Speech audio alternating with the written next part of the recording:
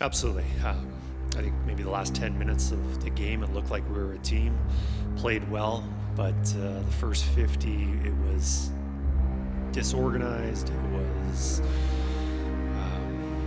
lack of work. It didn't look very good. And we got a lot of things to clean up. Coach Knoblauch just dropped a bombshell inside the Oilers locker room. Minutes after the Oilers edged the Canadiens 6-5, his post-game comments cut through the noise. Instead of focusing on the comeback, he called out mistakes and missed assignments. His message reached every player, including captain Connor McDavid, and it changed how this victory will be remembered. I assume it'll be sooner than later, but Connor's had a lot of chances, and whether goalies have made good saves or just have maybe more of a pass-first mentality. We'd like him to shoot because obviously he can score goals with the amount of goals that he's scored in his career. The Edmonton Oilers defeated the Montreal Canadiens 6-5 at Rogers Place on October 23, 2025. Despite the result, head coach Kris Knoblauch described the team's play as disorganized for most of the night. He pointed to defensive errors and poor puck management as reasons the game became closer than it should have been. During the second period, the Oilers allowed several odd-man rushes that led directly to goals for Montreal. The defensive coverage broke down multiple times, leaving goaltender Stuart Skinner to face high-danger chances. By the 11th minute mark of the third period, Edmonton trailed 5-3. The turnaround came quickly. Within 58 seconds, Leon Draisaitl and Ryan Nugent-Hopkins scored back-to-back power play goals to tie the game. Both goals were assisted by Connor McDavid, who extended his personal point streak to 5 games. With just over a minute left in regulation, Vasily Podkolzin scored his first goal of the season, the game winner. The Oilers escaped with their 4th win of the season, improving to 4-2-1. After the game, Knoblauch did not praise the comeback. He said, "We were too loose in coverage, and a win like this can't hide the mistakes we made." Reporters noted that the coach's tone suggested dissatisfaction rather than relief. Connor McDavid's 3 assists added to his growing total, but Knoblauch's comments emphasized team structure over individual result. Analysts at Sportsnet reported that the coach's concerns centered on discipline and defensive communication. "We can't expect offense to bail us out every night," Knoblauch added, according to post-game coverage. McDavid's role in the victory was clear. 3 primary assists, including both power play setups that changed the game. Yet, Knoblauch's criticism highlighted a growing expectation, maintaining structure, even when producing offensively. The coach's focus on defensive accountability aligned with earlier statements this season that Edmonton must manage games better in high-pressure situations. Goaltender Stuart Skinner faced 29 shots and allowed 5 goals, a stat that underscored the team's inconsistency in front of him. The Canadiens capitalized on several neutral zone turnovers and lapses in back-checking. Montreal forward Cole Caulfield scored twice, including one off a rebound that came from an unchecked rush. Knoblauch's comments reached beyond the game summary. He underlined that the Oilers' style of play, while productive on offense, had become risky when defending leads. Reporters observed that his remarks were directed toward the leadership. When asked about the power play efficiency, Knoblauch credited McDavid and Draisaitl for execution, but returned to his main point: structure. "We were chasing the puck too much. We can't keep relying on quick bursts to recover," he said during his post-game availability. Connor McDavid did not respond publicly to the comments, but his on-ice performance remained central to the team's offense. He currently leads the club in assists and has maintained consistent production through 7 games. The Oilers' upcoming schedule includes road games against divisional rivals, increasing the pressure to correct these structural issues. The focus now shifts to whether the team responds to its coach's warning. Analysts from TSN and Sportsnet have pointed out that Knoblauch's direct communication style has become a defining feature of his tenure. The Oilers' win against Montreal counts in the standings, but the reaction afterward revealed something deeper. Kris Knoblauch's remarks were not about the scoreboard. They were about accountability. And his words, delivered just minutes after a hard-fought comeback, made it clear that even Connor McDavid is not beyond the scope of that message. Connor McDavid and Judd Moldover, his agent, he's signed a 2-year extension. So basically what he has, he's got 3 years left on his deal. This year plus 2 more. at $12.5 million. McDavid's agent just announced the real reason behind his short deal, and the hockey world is stunned. After months of silence and endless speculation, the truth has finally come out. What Judd Moldaver just revealed about McDavid's decision isn't about money or fame. It's about something much bigger inside the Oilers locker room. Connor McDavid signed a 2-year, $25 million extension with the Edmonton Oilers days before the season began, continuing his average annual value at $12.5 million. The deal keeps him under contract through 2028. This short-term contract drew widespread attention. Many expected McDavid to seek a long, record-setting extension after back-to-back Stanley Cup final appearances. His agent, Judd Moldaver, addressed questions in an appearance on the 32 Thoughts podcast. Moldaver said the process was intentionally extended over the summer to allow McDavid to take his time with the decision. Moldaver stated that from the start of negotiations, McDavid's intention, both publicly and privately, was to stay in Edmonton and pursue a Stanley Cup as an Oiler. He emphasized that this was never about a predetermined deadline. It was never about a date circled on a calendar. He said the timeline had to be McDavid's alone. Moldaver also addressed the salary terms. He said that while there may have been permutations, he could have suggested a higher cap hit, ultimately he always works to protect his client's interests. He noted that $25 million over 2 years is itself rare for a short deal. According to Moldaver, the choice of 2 years gave flexibility to both McDavid and the team. He framed the agreement as balancing McDavid's ability to win in Edmonton and preserving his individual value. Some observers viewed this contract as a team-friendly move, raising speculation that it could suppress future elite deals. Moldaver rejected that narrative. He called the idea that McDavid's contract hurts other players' value as bogus and disingenuous. He explained that different players sign at different times. The salary cap system is fixed. Deals cannot be reopened once locked. He also cited previous examples of his clients taking shorter terms. He noted that Austin Matthews signed a 4-year deal in 2023 with a $13.25 million cap hit rather than maximize term. Moldaver said there were parallels in that approach, though the timing and market conditions differ. From Moldaver's view, McDavid's approach is a bet on himself. Short-term deals carry elasticity and flexibility. The Oilers organization also backed this messaging. General manager Stan Bowman commented that management allowed McDavid to take his time in negotiation. Reports say that Edmonton was never approached with an official trade offer for McDavid during the offseason. CEO Jeff Jackson confirmed no team made a formal proposal. Jackson further said McDavid's new deal doesn't force the Oilers into immediate decision. Jackson maintained that while you're always on the clock in contract contexts, this deal doesn't transform Edmonton's strategy overnight. Before the extension, McDavid had stated he would not rush contract talks. In August, he told media that he would take his time with input from his family, his agent, and those around him. At that time, he reaffirmed his commitment to winning in Edmonton and his desire to proceed deliberately. McDavid entered the 2025-26 season with 1,082 points in 712 NHL games. He had posted 100 points in 67 games in 2024 to 2025.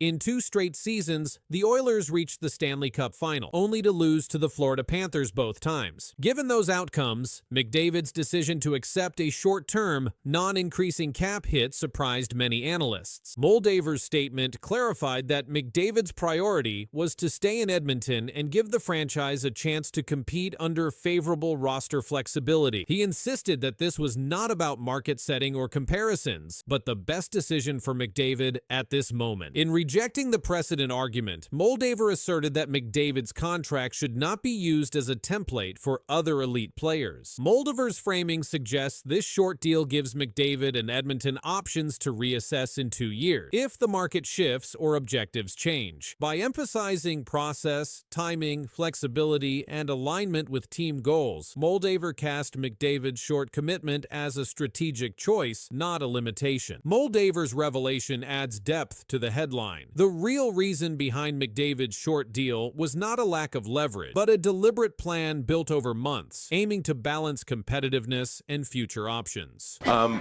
Marty, you have an experience of people doubting you, and I think when Marc-Andre just mentioned that you coached at a junior level, you corrected him and said, Pee-wee, there's a lot of people out there that are doubting you right now.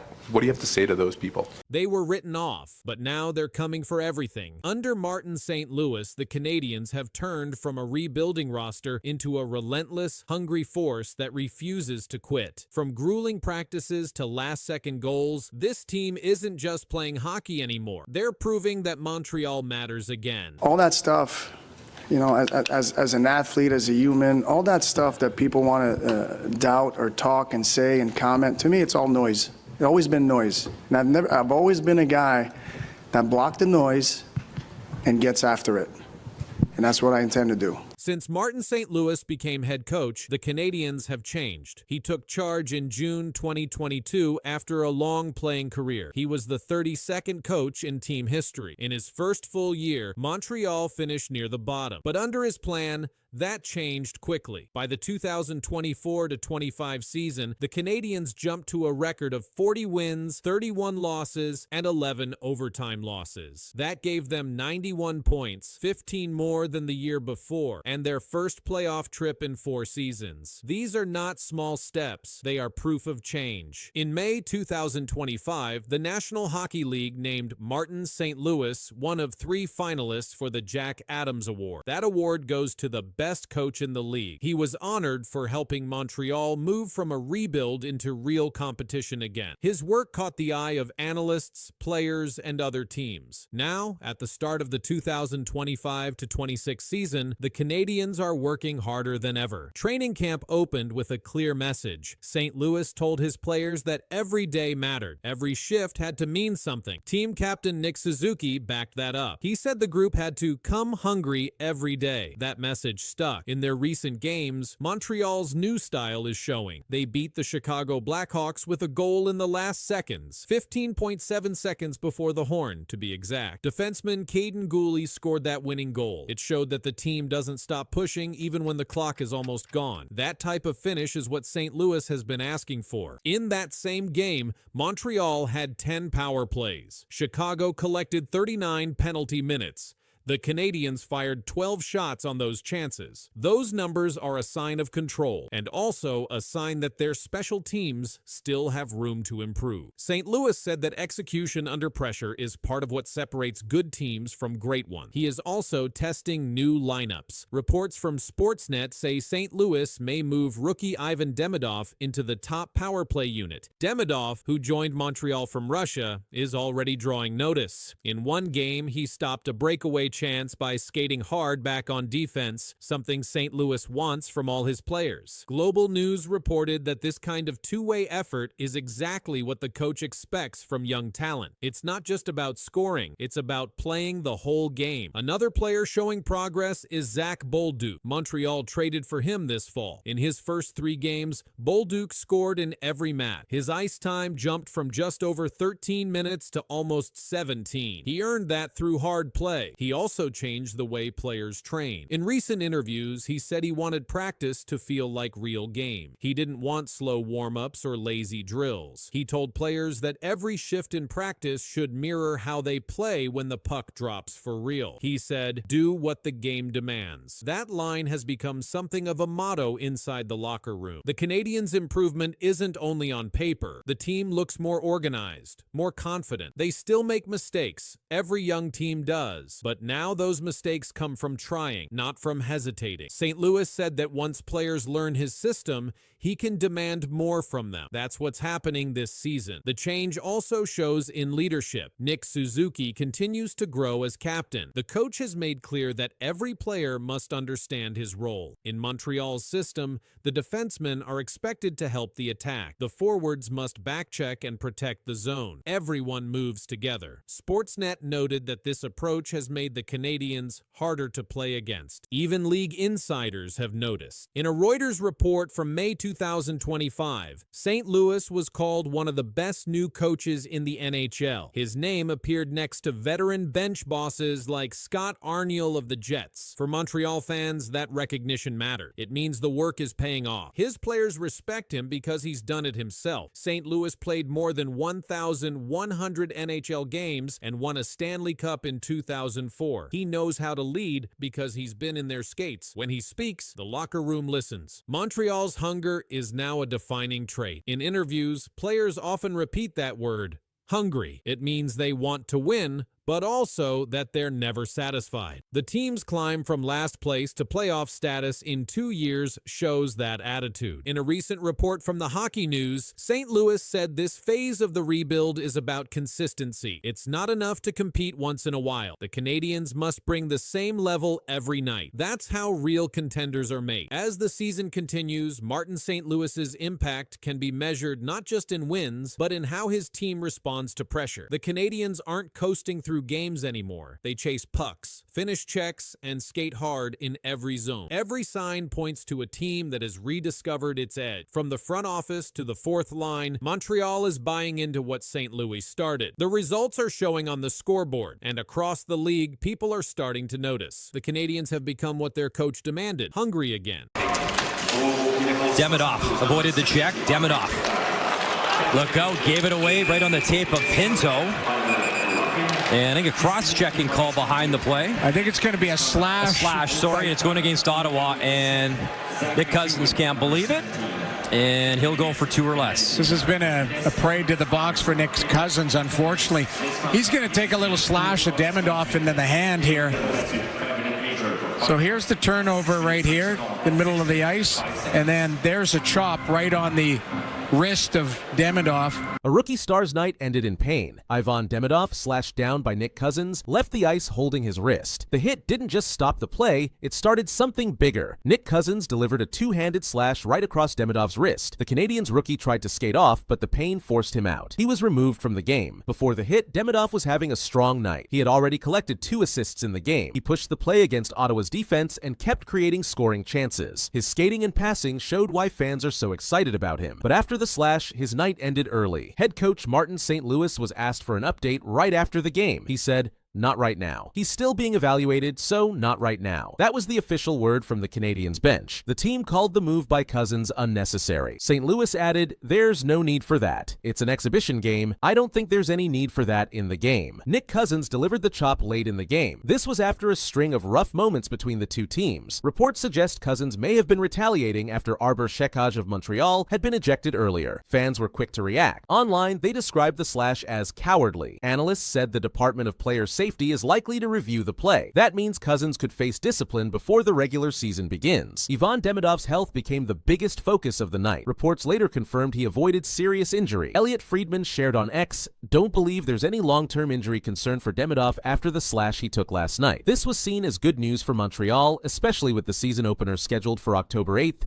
against the Toronto Maple Leafs. The Canadiens have already decided to be cautious. Demidov may sit out the next preseason game. This is to give him time to rest and recover. Alexandre Carrier also stated that none of the Canadiens players had serious injuries coming out of the game. That includes Demidov. Even with the incident, the Canadiens won the game 5-0. The score was one-sided, but the conversation after the final horn centered only on Demidov's injury. Before leaving, Demidov had shown the skill that made him a top draft pick. He helped set up goals. He pressured defenders. He drew coverage every time he carried the puck. His play stood out until the slash ended his night. The Canadiens organization is now focused on 2 things: his health and the league's decision on Cousins. The NHL has not yet released an official statement, but based on past cases, a review by the Department of Player Safety could come within days. The slash happened as Montreal and Ottawa played in Quebec City. The game drew attention because of the rising rivalry between the two clubs. This preseason meeting continued that trend. Demidov's injury scare raises larger questions for the league about how much physical play is allowed in preseason games. Martin St. Louis made his position clear. He stated again that there was no need for that type of slash in an exhibition setting. His words echoed through the post-game press conference. The Canadiens are expected to update Demidov's status as soon as team doctors finish their checks. For now, the official word is precaution. They do not want to risk a setback for one of their most important young players. The Canadiens, despite the slash, showed strength in the rest of the game. They scored 5 unanswered goals. The situation will now move into league offices. The NHL will study the slash and determine if Cousins faces a fine or suspension. The video review will play a role in that outcome. If discipline comes comes, it will likely be announced before the Senators' next preseason game. For Montreal, all eyes remain on Demidov. His arrival in the NHL has been highly anticipated. He has been labeled as one of the top prospects of his draft class. In his short time with the Canadiens, he has already impressed fans and coaches. That is why the slash drew so much attention. It was not just about one player getting hit, it was about the future of the franchise taking a dangerous shot in a preseason setting. Elliotte Friedman's update eased some fears. His words were direct.